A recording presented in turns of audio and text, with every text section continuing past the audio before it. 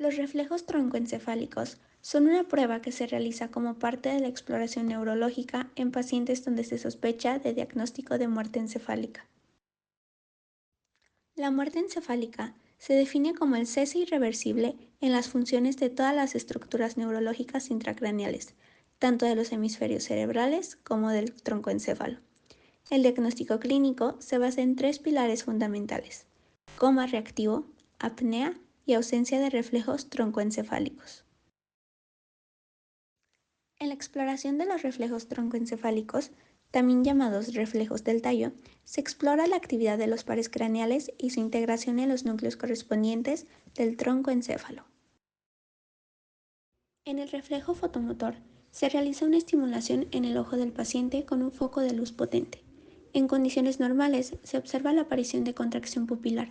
En la muerte encefálica, las pupilas pueden ser redondas, ovales o discóricas, y de tamaño medio o mediátricas, desde 4 a 9 milímetros, permaneciendo siempre reactivas a la luz. Por lo tanto, tampoco debe existir respuesta consensual, es decir, una respuesta bilateral en ambos ojos. Este reflejo evalúa como vía aferente al segundo par craneal, llamado nervio óptico, y como vía eferente al tercer par craneal, llamado nervio oculomotor. Reflejo corneal. Se realiza una estimulación corneal con una gasa o torunda de algodón, observándose en condiciones normales una contracción palpebral. También puede ser visible un lagrimeo. En la imagen tenemos un ejemplo de cómo se está realizando esta prueba. En la muerte encefálica no existe ningún tipo de respuesta. Se evalúa como vía aferente el quinto par craneal, es decir, el nervio trigémino, y como vía eferente al séptimo par craneal, es decir, el nervio facial. Reflejo oculocefálico, también llamado reflejo propioceptivo de torsión cefálica o fenómeno de ojos de muñeca. Manteniendo abiertos los ojos del paciente, se realizan giros rápidos de la cabeza en sentido horizontal, observándose en condiciones normales una desviación ocular conjugada opuesta al lado del movimiento, volviendo los ojos posteriormente a su posición de reposo. En la imagen podemos observar un ejemplo de la técnica y de cómo se debería ver el movimiento ocular. En la muerte encefálica, la mirada permanece centrada y fija, sin observarse ningún tipo de movimiento ocular.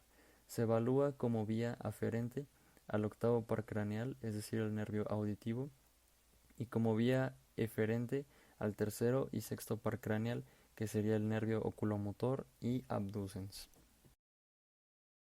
Reflejo oculovestibular. Inicialmente se realiza una exploración mediante otoscopio para comprobar que no existan tapones de cerumen ni perforación timpánica en el oído. Se coloca la cabeza elevada a 30 grados sobre la horizontal. Se inyecta en el conducto auditivo externo a través de una sonda 50 mililitros de solución fría, manteniendo abiertos los ojos del paciente durante un minuto. En condiciones normales se observa un nistagmo regular y rítmico, con el componente lento hacia el oído irrigado y el componente rápido alejado del conducto irrigado.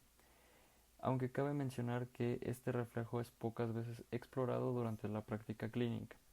En la muerte encefálica no existe ningún tipo de movimiento ocular. Se evalúa como vía aferente al octavo par craneal, es decir, el nervio auditivo, y como vía eferente al tercero y sexto par craneal, es decir, el nervio oculomotor y abducens. Reflejo nauseoso. Mediante una sonda se realiza la estimulación del velo del paladar blando, úvula y orofaringe, observándose en condiciones normales la aparición de náuseas. En la muerte encefálica no existe ningún tipo de respuesta.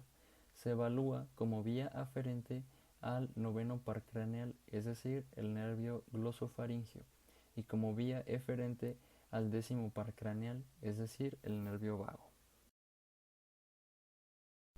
Por último, pero no menos importante, el reflejo tusígeno.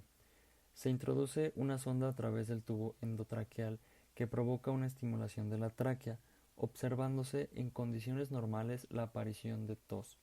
En la muerte encefálica no existe ningún tipo de respuesta por parte del paciente. Se evalúa como vía aferente al noveno par craneal, es decir, el nervio glosofaringeo, y como vía eferente al décimo par craneal, es decir, el nervio vago.